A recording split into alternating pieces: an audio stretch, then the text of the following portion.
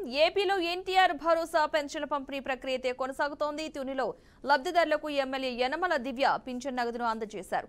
అంతకుముందు మాజీ సీఎం ఎన్టీఆర్ అదేవిధంగా బీఆర్ అంబేద్కర్ విగ్రహానికి పూలమాల వేసి నివాళులర్పించడం జరిగింది. అనంతరం చంద్రబాబు చిత్రపటానికి పాలాభిషేకం చేశారు. అర్హులకు పింఛన్ నేరుగా ఎమ్మెల్యే అందించారు.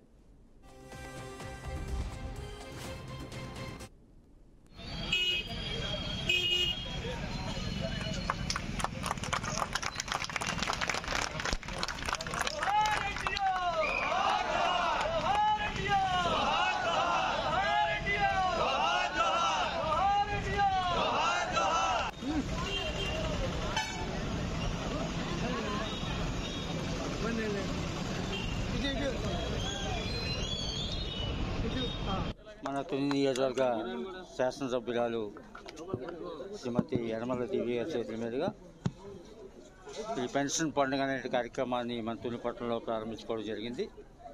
ఇది చాలా మంచి కార్యక్రమం. ఈనాడు గౌరవనీయులు చంద్రబాబు నాయుడు గారు ముఖ్యమంత్రి వర్యులు ఇచ్చిన మాట ప్రకారం ఈ పెన్షన్ కార్యక్రమాన్ని వాళ్ళ 4,000 రూపాయలు, గత బకాయిలు 3,000 కలిపి 7,000 రూపాయలు ఇచ్చే కార్యక్రమం, వికలాంగులకి 3,000 నుంచి 6,000 రూపాయలు ఇచ్చే కార్యక్రమం ఒక గొప్ప కార్యక్రమం. మన గౌరవ శాసనసభ్యులు గారు ఒక మంచి కార్యక్రమాన్ని ఈ రోజున ప్రారంభించడం మన అందరికీ కూడా ఆనందదాయకం. భవిష్యత్తులో ఇంకా అనేక అభివృద్ధి సంక్షేమ కార్యక్రమాలు చేసుకుంటూ ఈ నియోజకవర్గాన్ని అన్ని రకాలుగా ముందుకు తీసుకెళ్ళే విధంగా మన శాసనసభ్యులకి మన అందరూ కూడా సహకరించి మన నియోజకవర్గ అభివృద్ధికి అందరికీ నమస్కారం. ఇవాళ పెన్షన్ పండుగకు విచ్చేసిన తెలుగుదేశం కార్యకర్తలకు, నాయకులకు, జనసేన నాయకులకు, వీర మహిళలకు, అలాగే బీజేపీ నాయకులు, కార్యకర్తలకు, పెన్షన్ తీసుకునే పెద్దలకు అందరికీ నా హృదయపూర్వక నమస్కారాలు. ఇవాళ ఎలక్షన్లో ఇచ్చిన మాట ప్రకారంగా, హామీ ప్రకారంగా ఇవాళ పెన్షన్ పెరగడం జరిగింది.